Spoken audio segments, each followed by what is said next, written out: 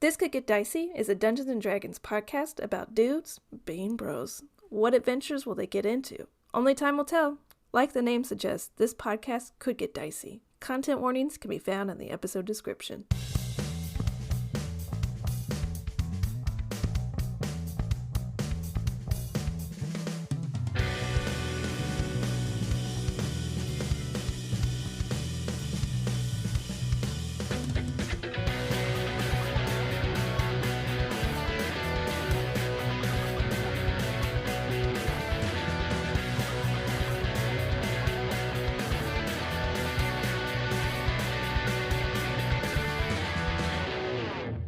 Hello, and welcome to This Could Get Dicey, a D&D podcast where a group of buds get to unwind from their 9-to-5s and step into the world of Drew Gala.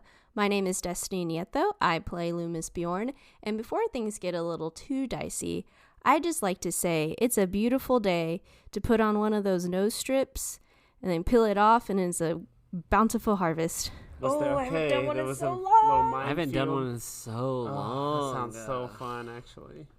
It was nice. It was real good. Man. Highly recommend. I need to do that.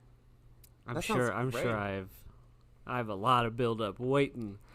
I just bought a new pack, so if y'all want to come over Yeah. later this week, let me know. Watch Friday Night Lights or Gilmore Watch Girls. Friday Night Live. Rip our noses off. The football game, we'll do it during the football game.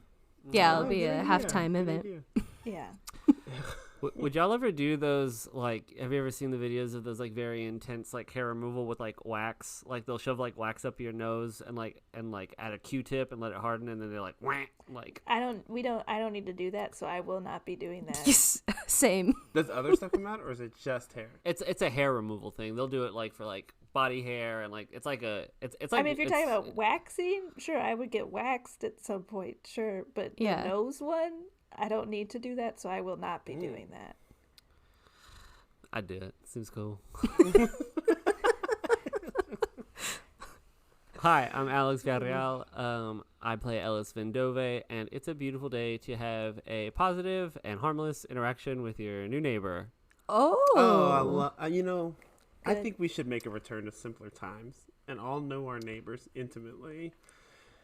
I've been on this for years. When we moved in, we had a very quiet little dude living there, and he was nice. He did not like to speak. That was fine. I totally respected it. But he moved out, and it's been vacant for a while.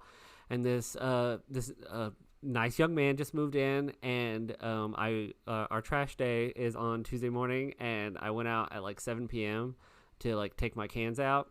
And he hadn't taken his cans out, and he wasn't home. And I was a little nosy, and I peeked in his recycling and his trash because I was like, oh, he just moved in. He probably has a lot of trash and recycling. And I opened it up, and sure enough, they were full. And I was like, well, I hope, like, I don't want him to, because also passive-aggressively, I was like, I don't want him to not take out his cans, and he uses my cans. And so I just took out his trash cans for him. And then when I came home from work the next day, all the trash cans were put back. And I was just like, I was just like, nice. I did that for you. You did that for me, and now we're friends. Now we're neighbors. Oh, so you didn't talk to him? Have you spoken to this Oh person?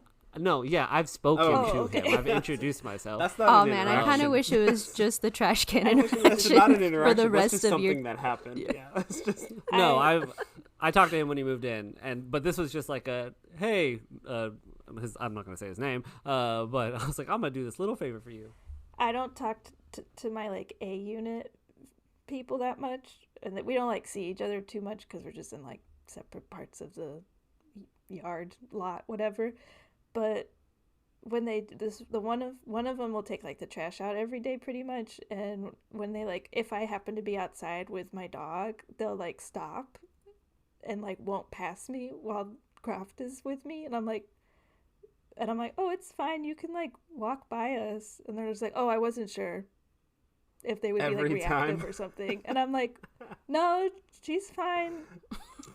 And like, That I don't know their sucks. name. They're nice. So far everyone's nice, but it's just been weird. They're cat people, I'm pretty sure. So I think it's like very much like, oh, I don't think you've been around a lot of dogs. This dog is literally just standing here. Will not do anything different Will besides not do stand. anything. She might lay down. Yeah. She's tired. She actually wants to just go outside. Yeah, she has two modes. Yeah. Is that a fucking wolf? You have a wolf? Inside every dog is a wolf. I had this dream of being able to open up my garage. I have like a little home gym in my garage. Just like open it up, and then like people from the neighborhood will just like come work out with me because I love exercising with people. But Aww. you know, like it's like it'd be cool if people just like came in to my garage and worked out with me.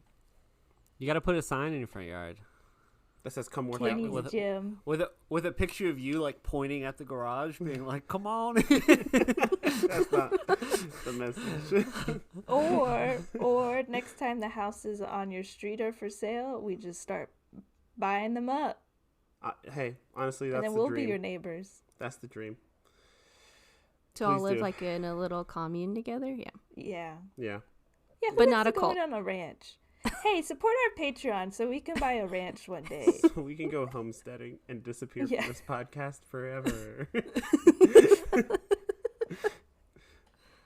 Hello, I'm Kenny Chilton, and I play Emil Mazak, and it's a beautiful day to listen to a friend tell you a story. How fun. I realized I was uploading Alex's story to the Patreon about a particular tax day in 2021. And if you don't know what I'm talking about, go subscribe to our Patreon. Alex tells a beautiful story about doing his taxes. And shitting my pants. Yes, it's and already and documented. pooping his pants. But you have to pay for it, y'all. It costs money. But there's other stuff on the Patreon. That's not the point. But I was just like, I was engrossed. I enjoy listening to people tell me like a story of something that happened in their life. Alex's little story he just told just now. Love that.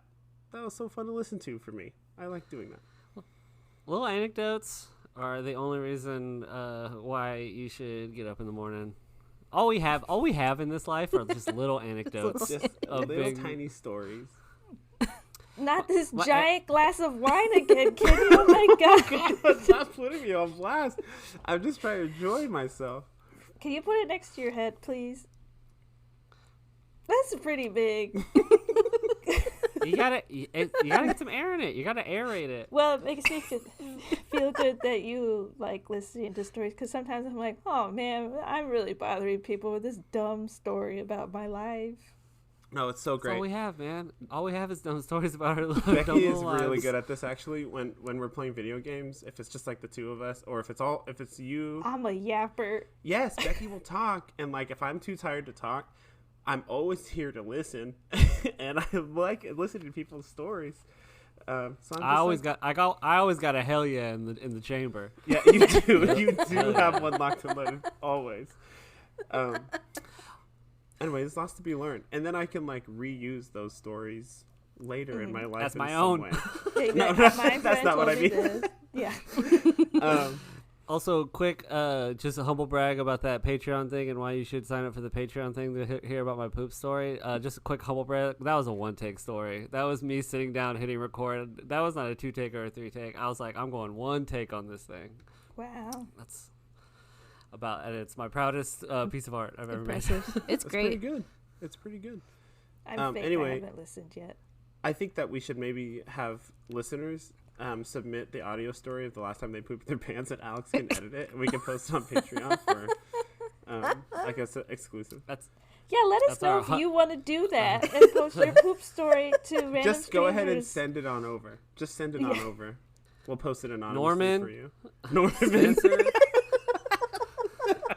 Send them in, baby. For the 100th episode, Jamboree!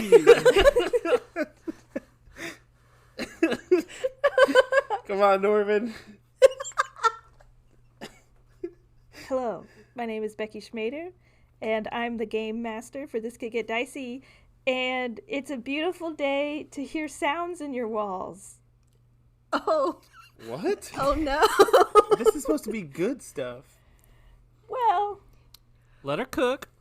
Let her cook. Yeah, continue. I'm sure this is gonna have a good turn. Or are Let you her just cook. trying to put Becky, a positive spin on it? Becky, the floor is yours. Becky. the floor is mine. Okay, well, Destiny, you heard the sounds when you were over, I have. That's why I'm very confused. but they weren't very loud, and so I assumed that they were just, I think they are, like, the air ducts were, like, making noises. And then, like, 2 weeks ago, I heard a louder noise in that back corner of the D&D area where like the leaves are on the wall. And I was like, huh. But I couldn't get the sound to like repeat. Like I like banged on the wall and stuff and nothing happened. And then this morning I went down to go work in my little office area, and just the loudest like scratching and moving around, and clearly something in the corner of that room. Something's in there, and I went and like tapped on it, and I heard squeaking. Oh, dude, you got a possum chirping. with babies in there. You think so? Yep. Because I've only heard it in the morning, so I don't know. As someone who grew up in some trailers with really thin walls, everything you're describing is, it's what my brothers and I would call, it's possum hunting time. It's like, we're going to get in this wall. Do you want to do some bonding with your brothers and bring them on we call it pest control, but if this is a one last job. Yeah. One last job. You know what our weapon of choice was? Big stick. Big stick? Well, a big stick of a sort, but it was one of those toy lightsabers that like extended when you push the button, because you could like stick it up against a hole and like push the button and it would like extend in and you could hear them scatter. They were probably terrified. I think it might be squirrels, because there's like a bunch of too, squirrels right now. So, which I did read online that they were like, if it's a squirrel, they will eventually just leave. And I was like, oh, okay. But I did I called a pest guy, but yeah, they were really loud. And then when I banged on the wall, they didn't do anything. And then they made some noise a little bit later, and then they didn't make noise the rest of the day. They were out foraging, I guess. Yeah. So then or worst case scenario, they died and your house is about to smell very bad. I'm worried about that, because yesterday my dog was just sitting back there and was like sniffing the air for like a minute and a half, and I was like, now what could you possibly be smelling that I'm not smelling? But I still don't smell anything. So, but they could be hoarding back there. If it is squirrels, they might be hoarding food back there.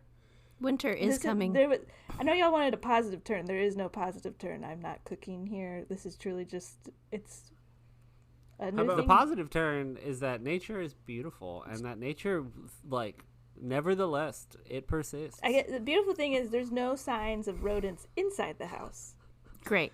You've created a home so warm and welcoming that these animals want to live with you, like Cinderella. That's what my mom used to tell me. Cinderella, dog. I think it's more that the landlord hasn't been taking care of the roof. I think we've heard about your roof before. Points. Yes. Or it's an old house. It's a ghost. No. Let's not rule out the fact that it could be a ghost. No. Dude, it also could be a specter or a ghoul. No. In the morning, at 9 o'clock in the morning. Early bird gets the worm. Coming in from a late night? No. Yeah. They're real. What time did you wake up? Maybe he was just leaving your dreams. That's how it works. That's how it works. That's enough of that. That's enough. We're moving on. Real quick though, with we should have a DDD soon where we just tell all of our favorite scary ghost stories. Oh, I would love that. Ooh. I won't be in attendance. I have one that we'll force you in. I have one that I wrote for a playwriting class. Alex, I don't know if you remember. It was like a playwriting 1 class where we were supposed to adapt like a Celtic or like some kind of story. We're supposed to adapt a story. Oh yeah. Write a short story.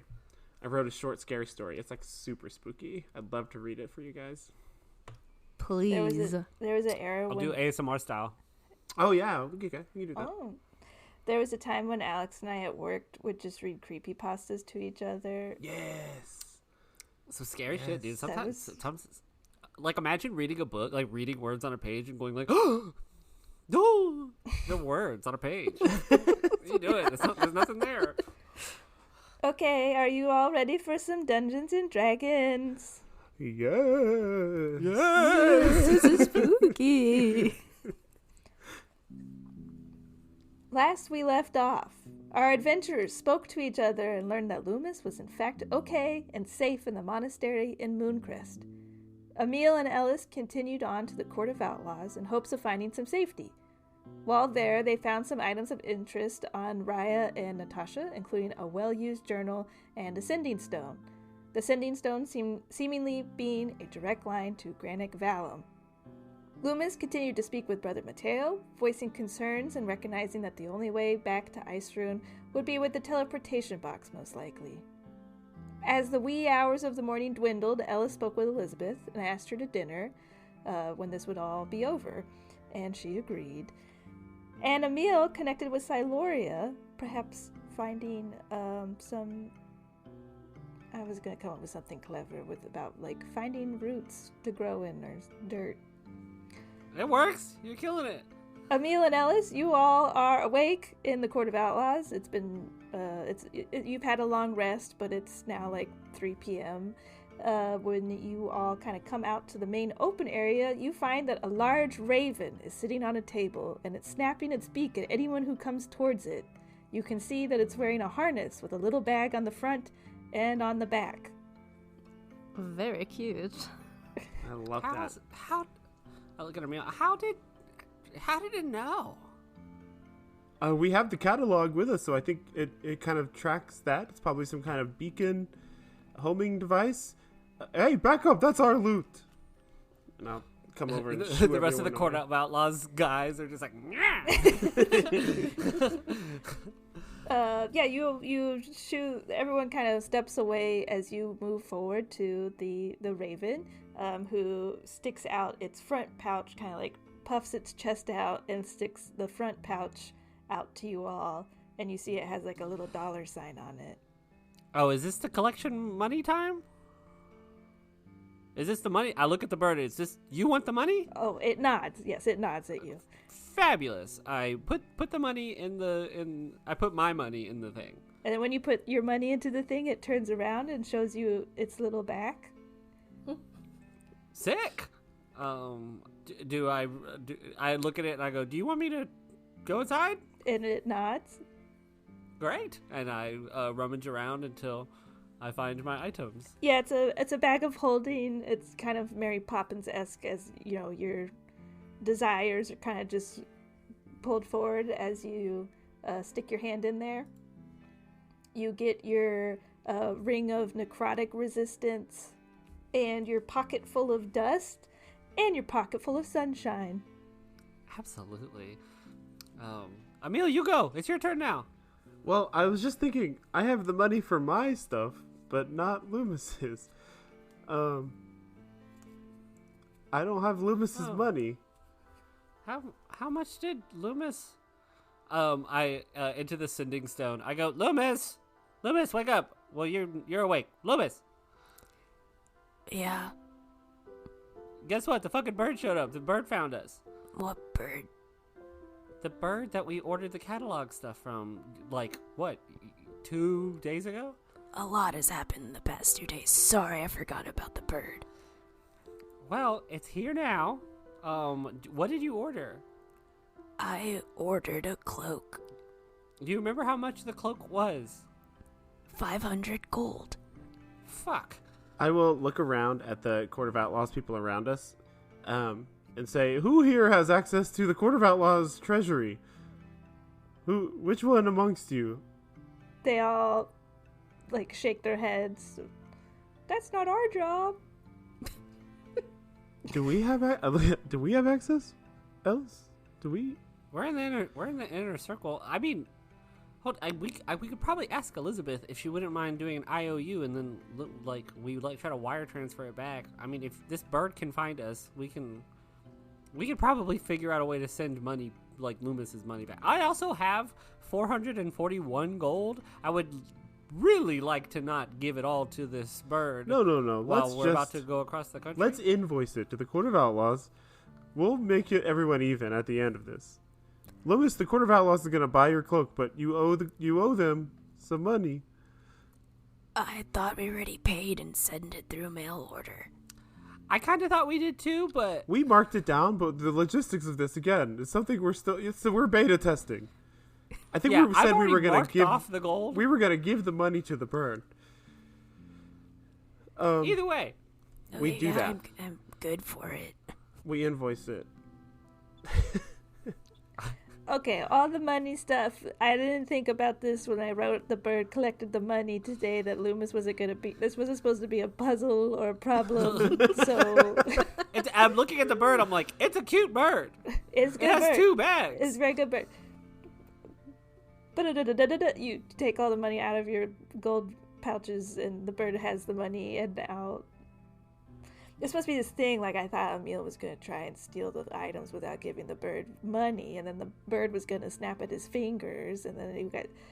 Then I'd be stealing from myself. I wouldn't do that.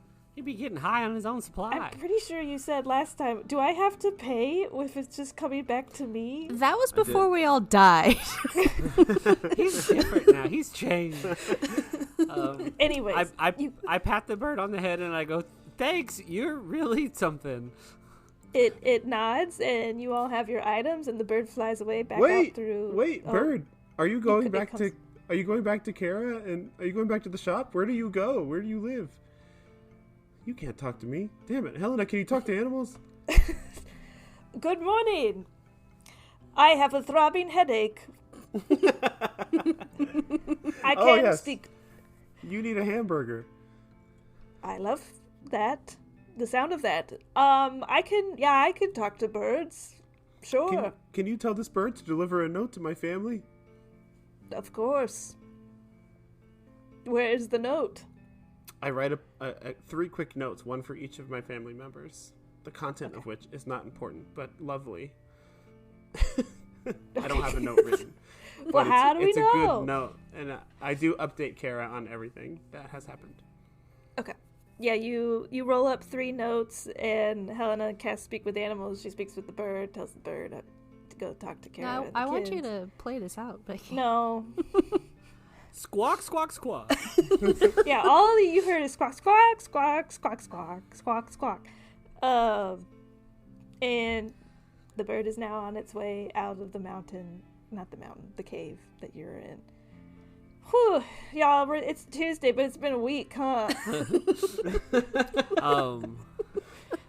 I turn to Emil, and I have like the sending stone like on right now.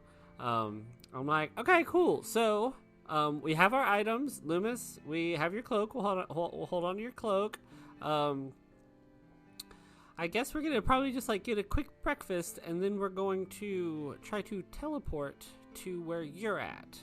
Now, you should probably we'll tell you when we're like about to do it, so you can, I don't know, like go outside and look for us. Like wait on the driveway or whatever. Yeah, you should get that locket I had to give up just to have something of mine that might help you. That's smart. We still do need a solid item to get to you. But yes. Okay, neat. I guess maybe if there's maps or something in the court, if you can pinpoint, physically see where Mooncrest is, that also might help. Yes, because it would be funny if we, it wouldn't be funny. In hindsight, once we're all together, it would be funny. If we end up in a completely random place on a different continent we've never been to, and we're just like, how do we get to you? And you're like, I don't know. So let's go talk to Elizabeth, Emil, and let's see if we can score like a map to this continent / I wonder, we're in the inner circle. Maybe they can let us have the locket. Before we go, Ellis, I have a gift for you, actually. A peace offering. Okay. Ellis, chuckles. You notice when Ellis, when you say this, Ellis finds, a table to sit down at. When you notice that he sits down extremely slow and painfully. He goes, what's your peace offering? Are you okay? I'm still pretty exhausted from all the escapades, and I think it's from the horse riding, and my groin is really strained. Like my groin and my hams and my thighs are just really. You really blasted them, yeah. I really blasted my freaking hams, fool. I'm so sorry. Well, I've thought about what you said. Everything that was said yesterday. I'm still thinking about it, but you may have noticed, and you do know, Emil's not wearing a suit today. He's got just regular clothes on. Same clothes he went to bed in last night. Except he's ripped the sleeves off of this shirt, and his arms are he's just got bark arms out. So he takes off this green jacket that he had made in Mistfall. I think I had it made in Mistfall with the leather inside of it. It's like studded leather green suit. It was like what I had Yes. made. I think that was a Mistfall. I take it off and I say, I don't need this anymore.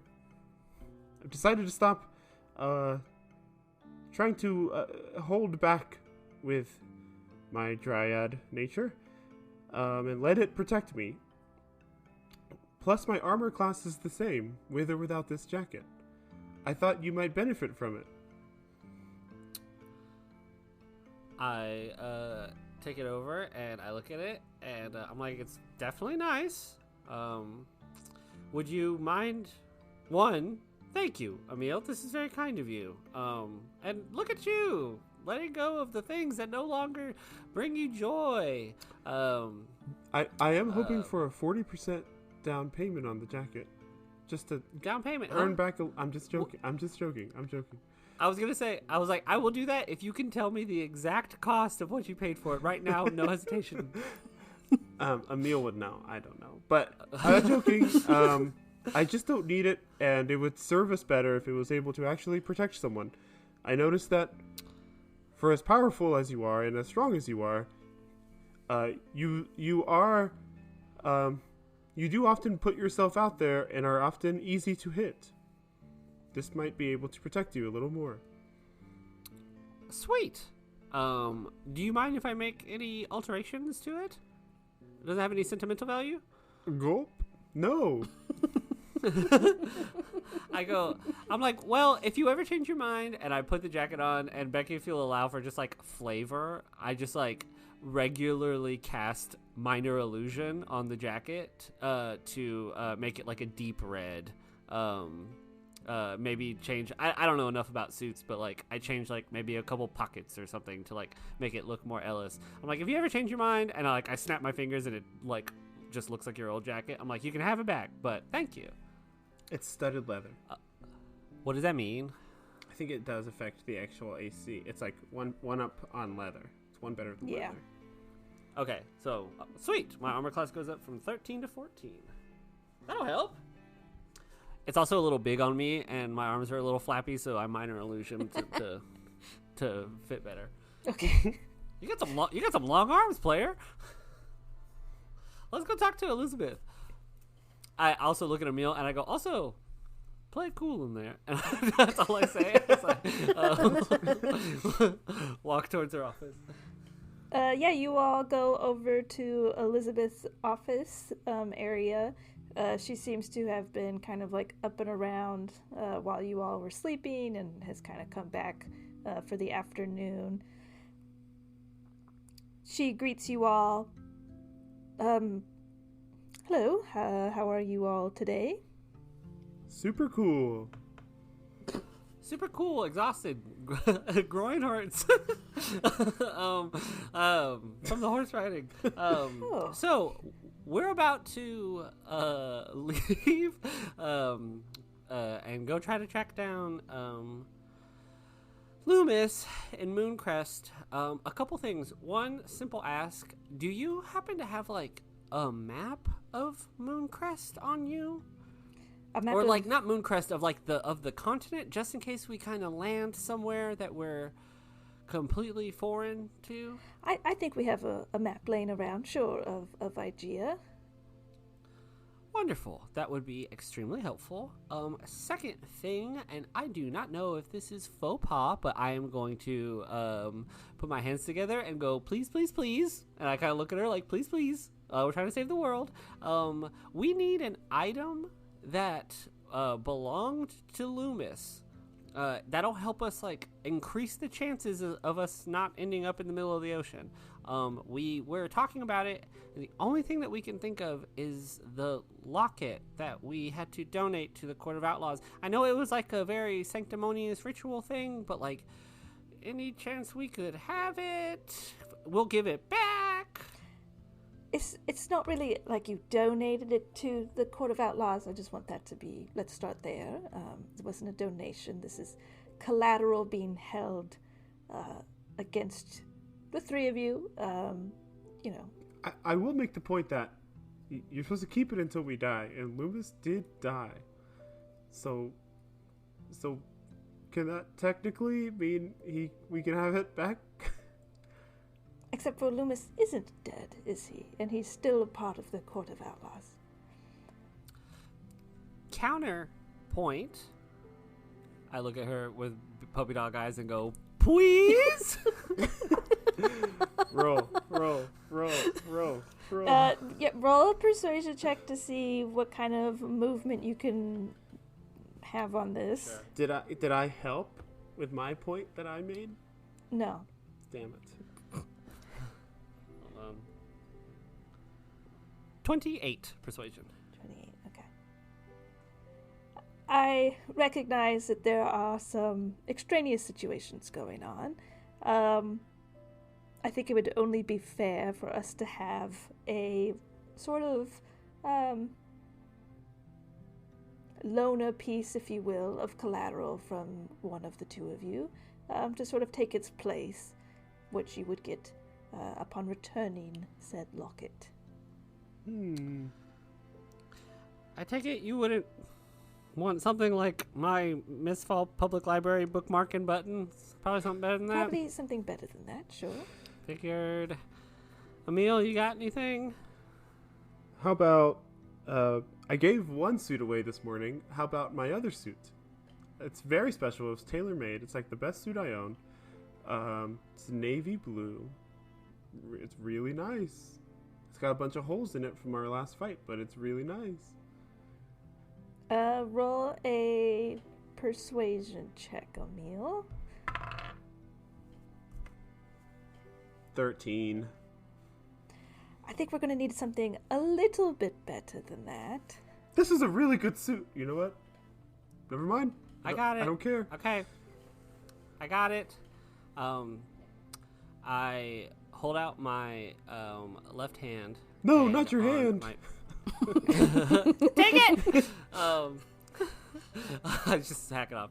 I hold out my left hand, and on my pinky finger is an opal ring that I've had on my hand since the beginning of the campaign.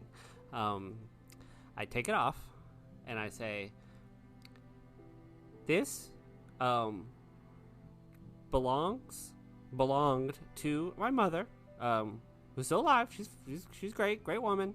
But this is like the only thing I have of home. I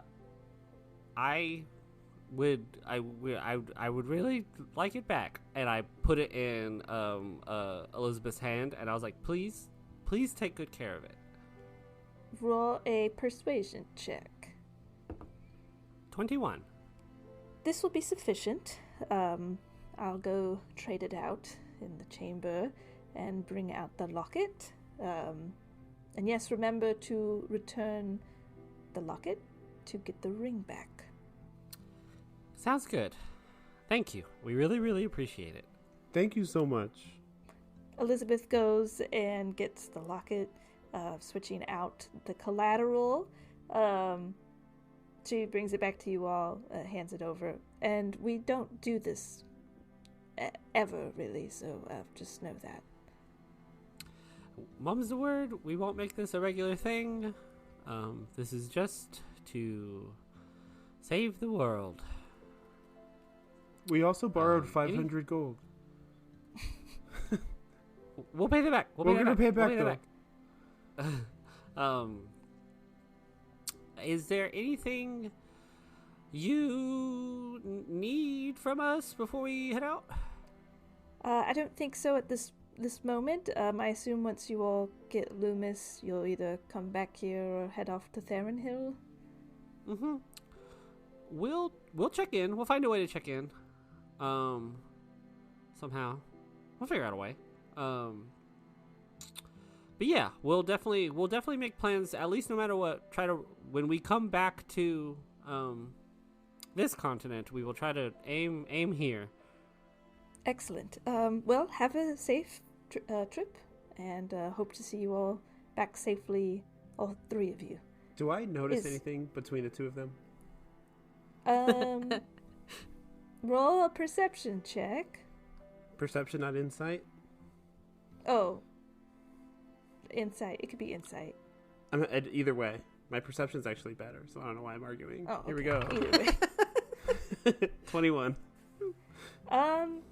I'd say Elizabeth's pretty cool as a cucumber, not letting anything show. I don't think I'm talking to Elizabeth any differently than the way I've like kind of always spoken to her.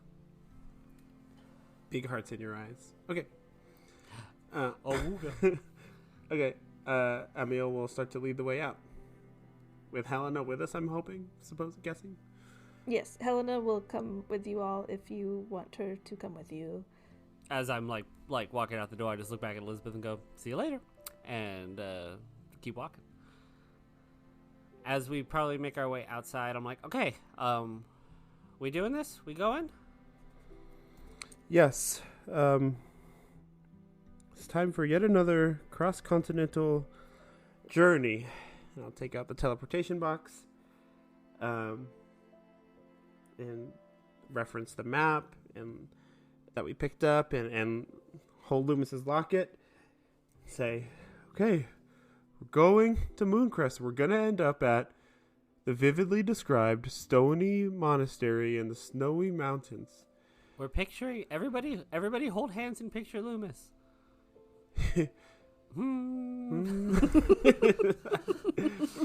I take one last look at Mistfall. Hope to God that we see it again. And press the button. All right. Roll a D100. Okay. This is such a big roll. I don't like this. It's the biggest roll you can do in this game is a roll of D100. That is a 79. 79. Okay. Nice. Who knows? And Nice. we'll add 5 because of having the locket for Lü'mis. So you're at 84. Nice. Nice. You all hold hands and press the button, sending you through. I don't really know what happens, but you all kind of disappear and reappear. You reappear not in the city of Mooncrest, nor in a monastery of any sort. You're in a snowy, rocky highland area. The wind is blistering here, and it shoots down from the mountains across the snow and ice. Unlike Ursa Nor, this place does not have the sloping hills of tundra grass, but is truly just snow and rock. In the distance from where you have landed here, you can see large mountains, and as it's now nighttime where you're at, you can kind of see there's like a gentle glow of light emitting from the mountains. You can assume that civilization can be found in those mountains.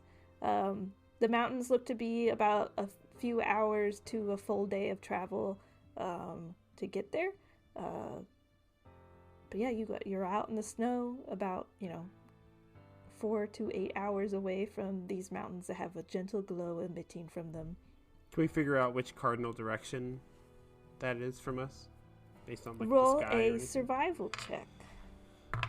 Can I hold up the map and kind of point at it with Emil to help him? Sure. Yeah, you can roll with advantage. Okay, well good. With advantage, it's a natural 20 for a 25. Oh. Based on your survival instincts here and where you landed, you kind of pinpoint where the moons are, and can you get your senses about you, and you can sense that, if you were to walk 8 hours westward, you'd probably hit some sort of coastline. But if you were to walk 8 hours eastward, you would hit the mountains where Mooncrest is. So you've kind of, to the east is Mooncrest. So we're west of Mooncrest at the moment. I'll That's hop on the sending stone and say, Lü'mis, we've teleported pretty close by. I think we're about a full day maybe, west of Mooncrest. We can see the lights from this frozen-ass blizzard-ass field that we're in. And I ripped the sleeves off my shirt, and I am now regretting it. I'm waving my arms in the air. Are you outside? Can you see us? I'm jumping. I'm the one jumping. With my superior dark vision, can I see them? No. Can't you see 300 miles into the distance?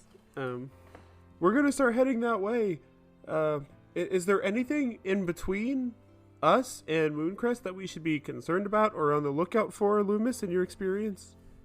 Can you describe your surroundings? I'm pretty sure you're going to say snow. But Snow! what else do you see other than, like, are the mountains to the west of you, the east of you? East of us. It's cold. They're glowing. It's glowing over there. And it's cold and windy. Becky, would I know? I would assume I know the area fairly well. Would I kind of know a nearby place they could maybe stop at before or how far out they really are? You know that at the base of the mountains, like before kind of climbing into the mountains, that there's like a little tiny inn that they can stop at. You're not exactly sure like how far that would be, but like Mooncrest is kind of nestled in within the mountains, and so that's like a whole other couple hours just to like get through the mountains. So, you know, at the base of the mountains, on that side is a little traveler's inn. You also know that the general area is like pretty desolate of people living there or anything like that, so there can be dangerous wildlife. And you also know from your time here on Aegea that dragons are more prevalent than they are on Iceland. But there's also they're not all. There's also good dragons or bad dragons. They're not all. They're not all bad. I relay all of that in the sending stone. Cool. So yeah, I guess then we're just gonna head your way. We'll be there in hopefully 8-ish hours. My hams hurt, so it might take 9. I'm lighting a torch. Fuck it. I don't want to freeze to death out here. I light a torch. Sorry, I also want to say, before that, I want to make a point to keep the brown sending stone on in my ear in case Granic Valum tries to message Raya or Natasha. Okay. Same. While you all turn on your sending stones, fire up the torches, and find whatever cloaks you might have for warmth, you start heading eastward through the snow, and we'll jump to Lü'mis for a little bit.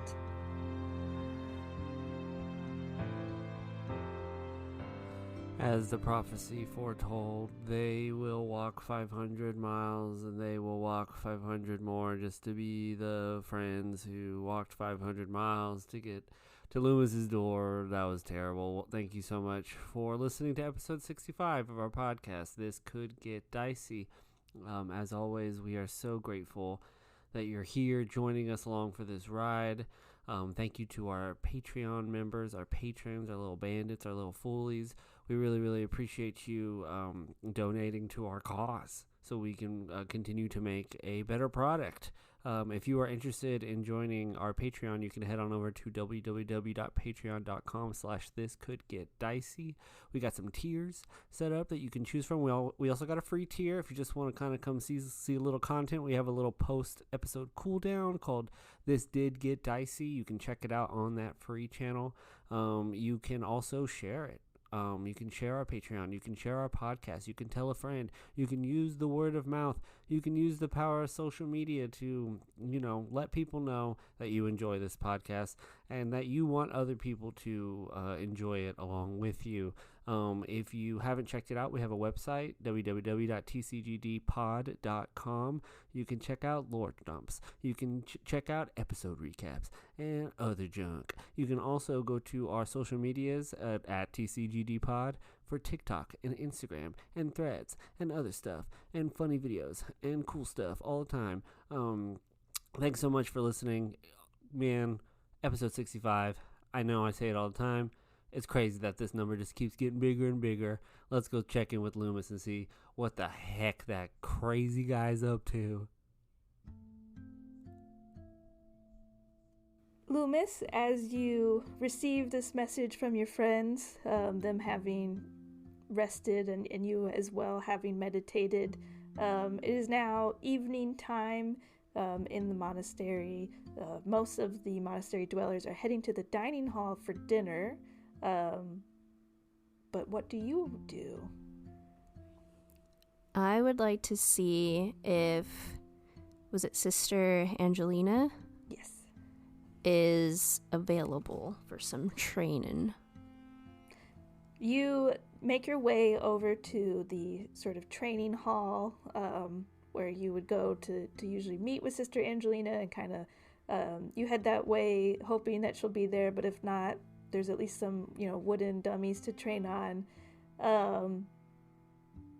You get there, and along the way you found that like most everyone does seem to be in the dining hall, so no one is in the training hall at the moment. I think Lü'mis remembers that, like, oh, this place is pretty, like, on schedule. Like, they all, dinner time's always at the same time, always wake up time. And knowing that no one will probably be in this training area gym for a while, I think he's just gonna, like, let out some frustration on these dummies. Yeah, you spend some time kind of just laying into these dummies and really like working out a lot of frustrations that you've had over the last month or so, and you probably go at it for like 30 minutes before you hear a sound of someone coming into the training hall. You recognize it to be Sister Angelina. She is a drow woman who's very thin, but yet has like very muscular at the same time. She has silver hair that's pulled back into like a very clean bun, and her skin is a lavender tone. I thought I would find you here. You were sent back here clearly due to a loss. Tell me of your last fight, Lü'mis. I'm too embarrassed. There's nothing to be embarrassed about, Lü'mis. Come on, come out with it. I was useless. I couldn't fend for myself. I let my guard down. I let my team down. Yeah, I was embarrassed. It is unfortunate that you were caught off guard. A monk is at their best when they have the upper hand. But you're here now, and you clearly want to train to be better, so let's duel. Let's.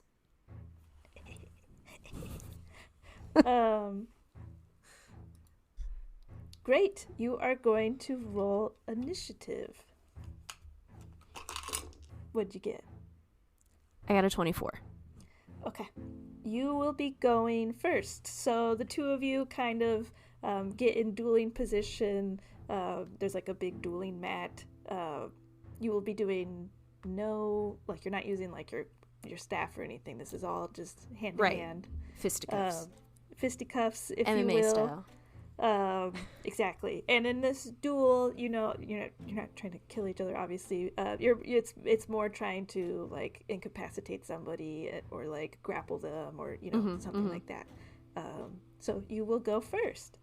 Sweet. I am going to claw at her. Okay. Essentially, I'm going to use my attack. I have an extra attack, and then I'm going to spend a key point to do 2 unarmed strikes. So I'm going to try to hit her 4 different times. Okay. Great. Should I just... This is just gonna be 2 monks just like slapping each other. Like... It's all about the flavor. How are you gonna flavor it? I'm just going to roll all my attacks first to see how many hit, if that works. Yes. Yeah, that works.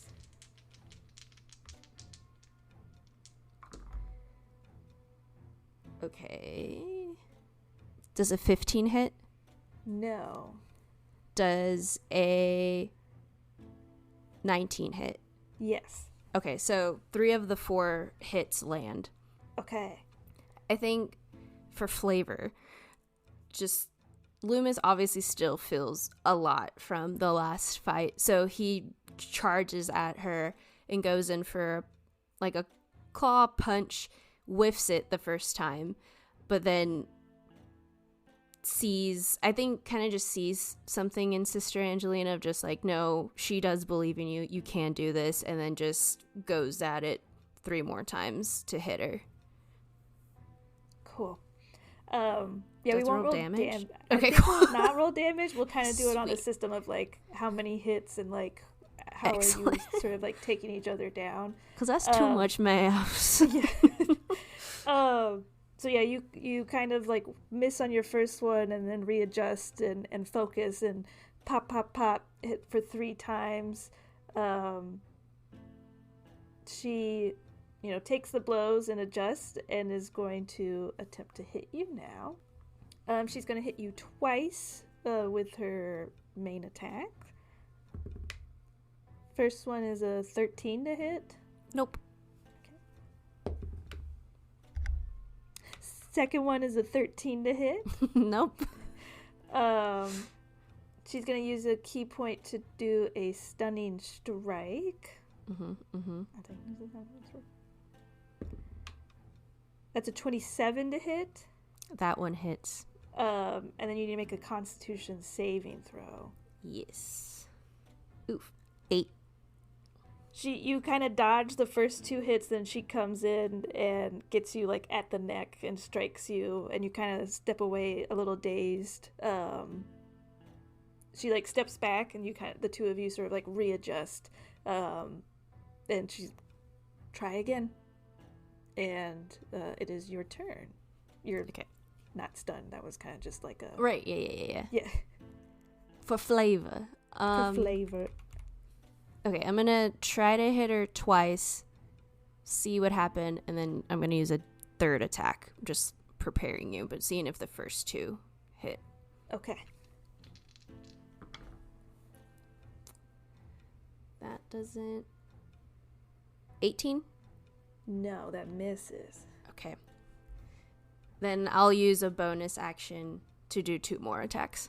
Okay. Gonna spend a key.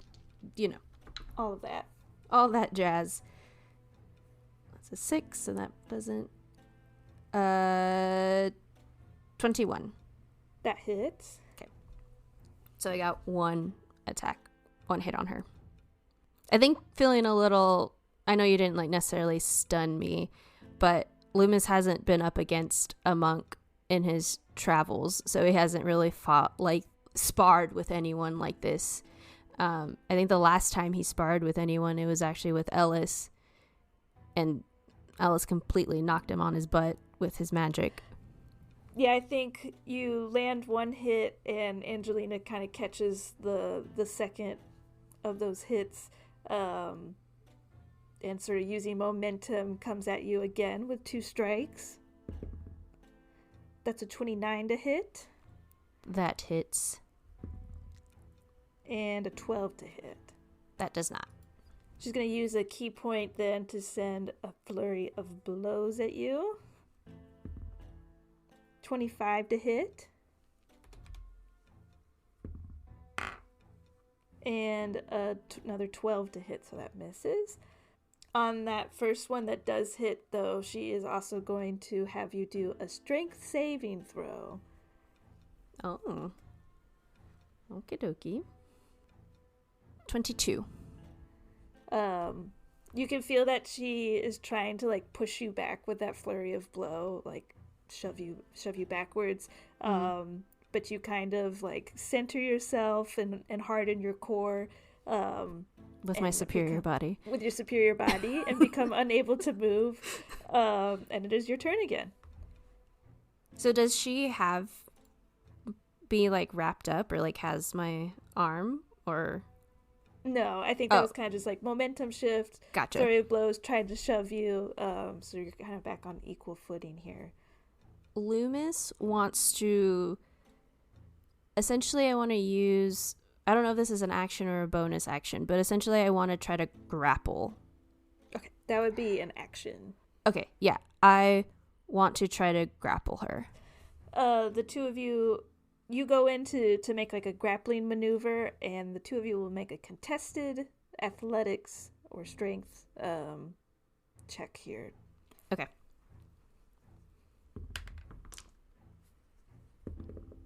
I got a 19. Oh, damn it, I got a 16. Okay. Yeah, you go into to grapple, and Angelina's able to kind of like twist out of it, but you still have a bonus action. Correct. So I'm going to use a bonus action to do one unarmed strike. Okay. 21. That hits. Yeah, I think Lü'mis tries to play it cool in the sense like he was trying to grapple her and then can't do it, but then so he just lands a punch. Cool. Yeah. Yeah, you like she twists around you and you manage to kind of like hit her arm off of you. And she is going to attempt on her turn to kind of do like a tripping attack. So we'll do a contested dexterity check. So we'll each roll a dexterity check. Okay. Or it can be acrobatics too. Yes, please. Yes. Yes, please, me too. Oh my goodness. I rolled an 11. 14. Okay. She goes to make like a tripping attack, and you quickly jump over her sweeping leg, and then she's going to try and do an unarmed strike on you as well. That's a 22 to hit. That hits. It is your turn.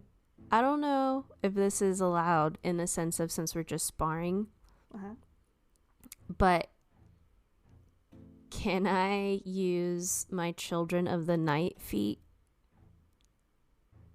to magically call upon some animals?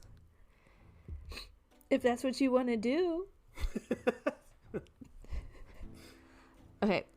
Essentially, what I want to do as an action, I would like to use my Children of the Night feat, which means I can magically call upon a swarm of bats or rats, or if I'm outdoors, wolves. But I want to call upon a swarm, 1d4 swarms of bats to essentially like distract her and like swarm around her head and then like come in for a blow in the gut or something. Cool. Yeah, you kind of swoop your arms around, making a call to your Children of the Night, and some bats kind of come in. I'm sure there's tons of bats in a monastery. That just seems like, of course, they're in the rafters and everywhere and stuff. For sure. They come swooping down and sort of distract her a little bit, and go ahead and make your unarmed strike. 20... Wait, no. Yeah, 24. Okay. Sorry. Roll with advantage because she's being swarmed by these bats. Just to see if you get a natural 20 or anything. I did not. That was an 18. So yeah, your hit lands. Your hit lands, and with the combination of the bats plus this hit, she kind of stumbles backwards a little bit, regains her footing, and is going to come in again and see if she can stun you again here. So she's going to hit you twice. 27 to hit. That hits. 26 to hit. That hits. Yes, and then she's going to do an unarmed strike and a stunning strike with that. That's a 21 to hit. That hits. And make a Constitution saving throw. Nope, that's a 3. That's a 3. Through the swarm of bats, she's able to hit 1, 2, and gets another stun on you, knocking you to the ground. The bats kind of dissipating, and she sticks her hand out to kind of like pick you, help you up. The fight is over. Before I like reach for her hand to help me, I say, "See, embarrassing." Lü'mis, not embarrassing. You pulled some excellent tricks out of wherever. I don't know, these bats. That's new. I haven't seen you do that before. Yeah, it's fairly new. Well, just remember to use everything you've got in any fight. Use all the tools at your disposal. What if my tools at my disposal aren't good enough? How can I make them stronger? I'm glad you asked, Lü'mis. I spoke with Brother Mateo earlier, and he mentioned that you've been having a bit of a tough time. So, I've brought forward a couple of items, and you can choose one of them. This is from our, special collection of monk things. Ooh. But since you're a brother who is traversing the lands and such, we think it would be within your right to have one of these items to help you along the way. Also, Brother Mateo told me that there's like a god thing that you're handling. Whew! So, yes, I think it makes sense I should have all three. Well, no, just the one. But here are your options. So she kind of like brings out a chest and opens it up, and inside are 3 items. One of them is some bracers of defense, which will give you +1 to your AC. One is a set of kind of like hand wraps. They are gloves of the dying pugilist. Do an additional 1d4 necrotic damage and heal that amount in return. Oh, Damn. Every point hit? swing. every hit? Sure. No, I don't know. Don't say something you can't take back. So, this will just be once per turn. You can do that. I mean, that's pretty big. Still big. And the last one is Ring of Heightened Senses. When activated, the ring grants +10 to perception for 1 hour. You have 3 uses per long rest.